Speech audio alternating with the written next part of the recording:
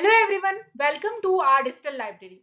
आज हम लोग पैथोलॉजी का एक इम्पॉर्टेंट टॉपिक हाइपरटेंशन डिस्कस करेंगे। इसके पहले मैं बहुत से वीडियोस पैथोलॉजी के ऑलरेडी अपलोड कर चुकी हूँ, जिसकी प्लेलिस्ट आपको वीडियो के एंड में मिल जाएगी। इसी तरीके से सब्जेक्ट वाइज बहुत सी प्लेलिस्ट बनी हुई है, जिसमें आप अपने वीडियो जितने भी टॉपिक्स हैं वो जाकर कवर कर सकते हैं। और यदि आपको किसी भी प्रकार का डाउट हो या आप किसी और टॉपिक में वीडियो चाहते हैं तो आप मुझे कमेंट करके बता सकते हैं। आज हम देखते हैं हाइपरटेंशन। सबसे पहले डेफिनेशन। हाइपरटेंशन HTN और HT। कोई भी रिपोर्ट में यदि आप HTN या HT वर्ड देखते हैं तो इस तरीके से हाइपरटेंशन वर्ड को डिनोट किया जाता है।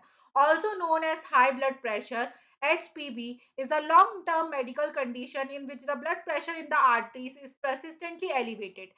यानी एक बहुत ही कॉमन कंडीशन है, मेडिकल कंडीशन है, जिसमें आर्टरीज की वॉल पे जो प्रेशर होता है ब्लड का, आर्टरीज के अंदर ब्लड फ्लो करता है, तो ऑब्वियसली बात है कि वो वॉल पर एक प्रेशर क्रिएट करेगा। जब वो प्रेशर ज्यादा हो जाता है अपनी नॉर्मल कंडीशन से या एलिवेट हो जाता है तो उसे हम हाइपरटेंशन की कंडीशन कहते हैं। The systolic blood pressure will be more than or equal to 140 mm of Hg and diastolic blood pressure will be more than or equal to 90 mm of Hg।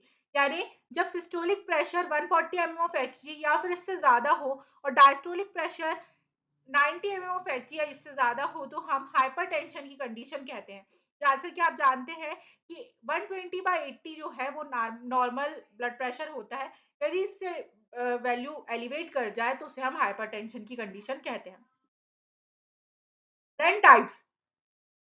कैसे आप हाई ब्लड प्रेशर को या फिर hypertension को classify करेंगे, तो यहाँ पर 4 स्टेजेस देखी जाती हैं। सबसे पहले pre hypertension condition, hypertension stage 1, hypertension stage 2 और प्रेगनेंसी इंड्यूस्ड हाइपरटेंशन। ये एक अलग पैथोलॉजी है जिसका अलग से मैंने वीडियो अपलोड कर रखी हूँ। ये गायनी ऑप्स के केसेस में बहुत ज्यादा देखे जाते हैं, तो इसका एक वीडियो अलग है। देन प्री हाइपरटेंशन हम कब कहेंगे, जब systolic blood pressure 120 to 139 mm of Hg हो और डायस्टोलिक ब्लड प्रेशर जो है वो 80 से 89 mm ऑफ Hg के बीच में हो। देन आता है हाइपरटेंशन स्टेज 1। जब सिस्टोलिक ब्लड प्रेशर 140 से 159 mm ऑफ Hg और डायस्टोलिक ब्लड प्रेशर 90 से 99 mm ऑफ Hg के बीच हो तो हाइपरटेंशन स्टेज 1 होती है। हाइपरटेंशन स्टेज 2 कब बोलेंगे, जब systolic blood pressure more than और equal to 160 mm of Hg और डायस्टोलिक ब्लड प्रेशर मोर और equal to 100 mm of Hg हो। देन आता है प्रेगनेंसी इंड्यूस्ड हाइपरटेंशन। ये होता है जब प्रेगनेंसी के समय हार्मोन या एंजाइम का प्रोडक्शन बढ़ जाए।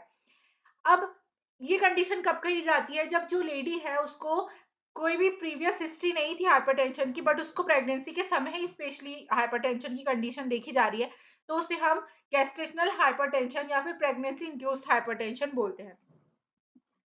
नेक्स्ट आता है इटियोलॉजी। इटियोलॉजी मतलब किस वजह से जो है हाइपरटेंशन व्यक्ति को हो रहा है। तो यहाँ पर 2 तरीके से इसको क्लासिफाई किया जाता है, primary hypertension and secondary hypertension. Primary hypertension में जब बीपी एलिवेट हो रहा है उसका कोई भी आइडेंटिफाइड कॉज जो है वो नहीं पता लग पा रहा, यानी किस वजह से बीपी एलिवेट हो रहा है, उसको कोई डिसीज भी नहीं है, ना ही कोई फैमिली हिस्ट्री है, ना ही वो अल्कोहल या स्मोकिंग कर रहा है। तो क्यों हाइपरटेंशन हो रहा है इसका कॉज जो है वो आइडेंटिफाइड नहीं हुआ, तो हम उसे प्राइमरी हाइपरटेंशन कहते हैं। और सेकेंडरी हाइपरटेंशन में बीपी एलिवेशन का एग्जैक्ट कॉज जो है वो आइडेंटिफाई किया जाता है। ये अबाउट 5 से 10% लोगों में ही देखा जाता है, बाकी 90% केसेस में जो है वो कॉज आइडेंटिफाइड नहीं होता, उसे हम प्राइमरी हाइपरटेंशन बोलते हैं। अब सेकेंडरी हाइपरटेंशन की क्या क्या कॉजेस हो सकते हैं, तो कंजेनिटल नैरोइंग ऑफ एओर्टा, यानी बचपन से एओर्टा जो है वो बाय बर्थ नैरो है बहुत ज्यादा, तो ऑब्वियस सी बात है एक हाई प्रेशर जो है वो जनरेट होगा आर्टरीज में। देन आता है रीनल डिसीज, यानी किडनी फेलियर की कंडीशन में, endocrine disorders like Cushing syndrome में भी ऑब्वियसली एलिवेटेड बीपी देखा जाता है। Neurological disorders like brain tumour and head injury, sleep apnoea, या फिर व्यक्ति कोई मेडिकेशन ले रहा हो लाइक ओरल कॉन्ट्रासेप्टिव पिल्स, एनएसएइड्स या फिर कोकेन, या फिर सिरोसिस ऑफ लिवर हो, तो ऑलरेडी यहाँ पर एक चांसेस होते हैं कि उसको हाइपरटेंशन की कंडीशन जनरेट हो जाए। नेक्स्ट आता है रिस्क फैक्टर। रिस्क फैक्टर मतलब कि ऐसे कौन से व्यक्ति हैं जिनको ज्यादा चांसेस है हाइपरटेंशन होने के। तो पहला आता है एज, यानी chances of coronary artery disease after 50 year of age. 50 साल के बाद कोरोनरी आर्टरी डिसीज के चांसेस बढ़ जाते हैं। तो यहाँ पर हाइपरटेंशन के केसेस भी ज्यादा देखने को मिलते हैं आफ्टर 50 ईयर्स। देन यदि कोई व्यक्ति अल्कोहल ले रहा हो, स्मोकिंग कर रहा हो, या फिर उसको डायबिटीज मेलाइटस हो, तो भी उसको चांसेस हाइपरटेंशन के। या फिर कोई अपनी डाइट में एक्सेसिव इनटेक कर रहा हो सोडियम का, यानी नमक ज्यादा क्वांटिटी में ले रहा हो। जेंडर भी एक होता है। फैमिली हिस्ट्री हो, पेरेंट्स को या फिर ग्रैंड पेरेंट्स को हाइपरटेंशन के केस हो। ओबेस यानी व्यक्ति बहुत ज्यादा ओवरवेट हो। सेडेंटरी लाइफस्टाइल यानी जिसकी लाइफस्टाइल सही नहीं हो, उठना बैठ उठना सोना खाना ये सब जो है वो सही ना हो, और स्ट्रेस भरी लाइफ हो, तो हाइपरटेंशन हो सकता है। देन आता है पैथोफिजियोलॉजी, यानी किस तरीके से नॉर्मल ब्लड प्रेशर मेंटेन किया जाता है। तो यहाँ पर 4 मैकेनिज्म जो है वो ब्लड प्रेशर के लिए इन्वॉल्व होते हैं। Sympathetic nervous system activities, activities of vascular endothelium, activities of renal system and activities of endocrine system. सबसे पहले देखते हैं कि सिंपैथेटिक नर्वस सिस्टम एक्टिविटीज किस तरीके से वर्क करती हैं। तो जैसे ही ब्लड प्रेशर लो होता है, यहाँ पर एसएनएस यानी सिंपैथेटिक नर्वस सिस्टम का एक्टिवेशन होता है। जब सिंपैथेटिक नर्वस सिस्टम एक्टिवेट होगा तो वो हार्ट रेट को भी बढ़ाएगा और कार्डियक को मतलब हार्ट का कॉन्ट्रैक्शन करेगा। इस वजह से हार्ट रेट बढ़ने के कारण और कार्डियक कॉन्ट्रैक्शन बढ़ने के कारण पेरिफेरल आर्टरियोल्स में वासोकॉन्स्ट्रिक्शन होता है, यानी जो आर्टरियोल्स हैं वो सिकुड़ते हैं, अपना ल्यूमेन जो है वो नैरो करते हैं। इसकी वजह से एक प्रेशर क्रिएट होता है और ये प्रमोट करता है किडनी को रेनिन रिलीज करने के लिए। अब ओवरऑल जो सिंपैथेटिक नर्वस सिस्टम का एक्टिवेशन है वो आर्टीरियल ब्लड प्रेशर को इंक्रीज करेगा by increasing cardiac output and systemic vascular resistance. यानी जो फॉर्मूला लिखा हुआ है blood pressure is equal to cardiac output into systemic vascular resistance. तो यहाँ पर हो रहा ये है कि सिंपैथेटिक नर्वस सिस्टम जब एक्टिवेट कर रहा है हो रहा है तो वो हार्ट रेट को बढ़ा रहा है। हार्ट रेट बढ़ेगा तो कार्डिक आउटपुट बढ़ेगा, और कार्डिक कॉन्ट्रैक्शन कर रहा है, यानी कॉन्ट्रैक्शन की वजह से वस्कुलर रेजिस्टेंस बढ़ेगा। तो ओवरऑल यहाँ पर ब्लड प्रेशर जो है वो राइज होता है। नेक्स्ट आता है activities of vascular endothelium. Vascular endothelium जो होती है वो ब्लड वेसल के ऊपर एक सिंगल सेल लेयर होती है। ये एक वैसो एक्टिव सब्सटेंस रिलीज करती है और ग्रोथ फैक्टर्स रिलीज करती है, लाइक नाइट्रिक एसिड एंड एंडोथेलिन। ये ग्रोथ फैक्टर्स या वैसो एक्टिव सब्सटेंस जो हैं वो वासो कॉन्स्ट्रिक्टर्स होते हैं, वैसो कॉन्स्ट्रिक्शन करते हैं, और यहाँ पर ब्लड प्रेशर जो है वो इंक्रीज करते हैं। यानी ओवरऑल ये हुआ कि वैस्कुलर एंडोथेलियम जो कि ब्लड वेसल के ऊपर की लेयर है वो वैसो एक्टिव सब्सटेंस को रिलीज करेगी जो वैसो कॉन्स्ट्रिक्शन करेगा, और इसी वजह से ब्लड प्रेशर जो है वो बढ़ता है। अब देखते हैं एक्टिविटीज ऑफ एंडोक्राइन सिस्टम। जब एड्रिनल कॉर्टेक्स से एंजियोटेंसिन 2 रिलीज होता है तो वो वहां से सिक्रीट करता है एल्डोस्टेरोन। एल्डोस्टेरोन जो होता है वो किडनी में जाकर सोडियम एंड वाटर के रिटेंशन को प्रमोट करता है। इसकी वजह से ब्लड प्रेशर और कार्डिक आउटपुट इंक्रीज होता है। तो अभी हमने देखी कि cardiac output is directly proportional to blood pressure. Next आता है क्लिनिकल फीचर्स, यानी आपको क्या साइन एंड सिम्टम्स दिखेंगे हाई ब्लड प्रेशर के। तो एक इंपॉर्टेंट क्वेश्चन यहाँ से अराइज होता है कि साइलेंट किलर डिसीज किसे कहा जाता है। हाइपरटेंशन को ही साइलेंट किलर डिसीज कहा जाता है, क्योंकि अभी हमने देखा कि इसका कोई भी एग्जैक्ट कॉज जो है वो पता नहीं चलता, और साथ ही साथ यहाँ पर कोई भी एग्जैक्ट सिम्टम्स, पर्टिकुलर सिम्टम्स नहीं देखने को मिलते। हाइपरटेंशन के पेशेंट को खुद ही पता नहीं होता कि उसे ऐसा कुछ हो रहा है बिकॉज ऑफ सिम्टम्स, क्योंकि उसको थकान महसूस होगी, डिजीनेस महसूस होगी, कोई कॉमन सिम्टम्स दिखेंगे तो उस पे पेशेंट जो है वो ज्यादा ध्यान नहीं देता। सम पेशेंट्स में कुछ सिम्टम्स डेवलप होते हैं, like severe headache, blood vision यानी धुंधला दिखने लगेगा, डिजीनेस यानी चक्कर आएंगे, वोमिटिंग हो सकती है, फटीग यानी थकान महसूस होगी, कंफ्यूजन होने लगता है, chest pain, shortness of breath, irregular heart beat and papilledema. Next देखते हैं डायग्नोस्टिक इवेल्यूशन क्या होगी, कैसे हम डायग्नोसिस से पता लगाएंगे। तो यहाँ पर हिस्ट्री कलेक्शन, यानी हम उसकी फैमिली हिस्ट्री लेते हैं, सर्जिकल हिस्ट्री लेते हैं, किसी प्रकार की कोई बीमारी तो नहीं है, इस तरीके से हिस्ट्री ली जाती है। देन फिजिकल एग्जामिनेशन कराते हैं, लाइक कोई रीनल डिसऑर्डर तो नहीं है, कोरोनरी आर्टरी डिसीज तो नहीं है, या फिर किसी भी और प्रकार की कोई फिजिकल प्रॉब्लम तो नहीं है। हम मेडिकल हिस्ट्री लेते हैं डायबिटीज मेलाइटस की, कंप्लीट ब्लड काउंट किया जाता है, चेस्ट का एक्सरे लिया जाता है कि कोई भी एनाटॉमिकल डिफॉर्मिटी तो नहीं है, और सबसे इंपॉर्टेंट इलेक्ट्रोकार्डियोग्राफ यानी ईसीजी किया जाता है। मैनेजमेंट कैसे करेंगे, तो यहाँ पर हाइपरटेंशन के दो तरीके से मैनेजमेंट किए जाते हैं। एक होता है लाइफस्टाइल मॉडिफिकेशन, दूसरा होता है फार्माकोलॉजिकल थेरेपी। लाइफस्टाइल मॉडिफिकेशन तो हम देख रहे हैं कि इसका कोई भी कॉज नहीं है, तो ये लाइफस्टाइल की वजह से भी जनरेट हो सकती है।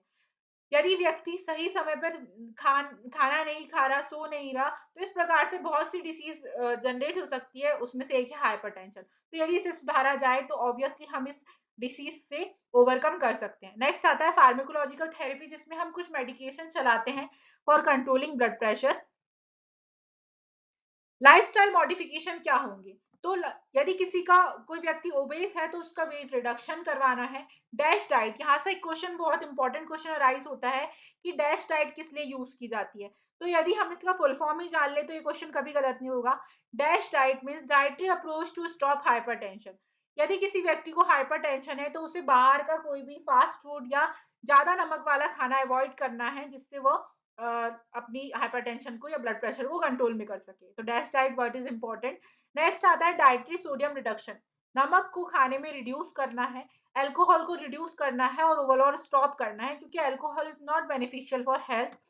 देन एक्सरसाइज अपनी डेली रूटीन में शामिल करनी है, और यदि कोई स्ट्रेसफुल लाइफ है तो उसका मैनेजमेंट करना है मेडिकेशन से या फिर मेडिटेशन से। नेक्स्ट आता है फार्माकोलॉजिकल थेरेपीज। तो यहाँ पे हम वेरियस ड्रग्स यूज करते हैं to control hypertension. Collectively these drugs are known as anti hypertensive drugs. Already channel में जितने भी फार्माकोलॉजी के इंपॉर्टेंट ड्रग्स हैं, like anti emetic, anti hypertensive, anti diabetic, इन सबके वीडियोस जो है अवेलेबल है, तो आप फार्माकोलॉजी की प्लेलिस्ट में जाकर इन्हें देख सकते हैं। हाइपरटेंसिव ड्रग्स क्या क्या होती हैं, तो हम यहाँ पर एंटी हाइपरटेंसिव ड्रग्स में डाययूरेटिक्स दे सकते हैं। डाययूरेटिक्स मतलब जो यूरिन प्रोडक्शन को बढ़ाए। इससे क्या होगा कि it helps the kidney to inhibit the sodium reabsorption in the distal convoluted tubules ascending limb and loop of Henle. जब हम डाययूरेटिक्स देंगे तो किडनी जो है वो सोडियम का रीअब्जॉर्प्शन को कम कर देगी। सोडियम रीअब्सॉर्ब नहीं होगा ज्यादा मात्रा में तो बीपी भी एलिवेट नहीं होगा। इसमें हम क्लोरोथियाजाइड और फ्यूरोसेमाइड देते हैं। नेक्स्ट आता है बीटा ब्लॉकर्स। तो बीटा ब्लॉकर्स की जो मेडिकेशंस है वो हार्ट और ब्लड वेसल्स के वर्कलोड को कम करती है। इससे क्या होता है कि हार्ट जो है वो स्लोली बीट करेगा, यानी ओवरऑल कार्डिक आउटपुट इंक्रीज नहीं होगा और फोर्स जो है वो कम होगा, तो बीपी एलिवेट नहीं होगा। इसको हम एटिनोलॉल और प्रोपेनोलॉल दे सकते हैं।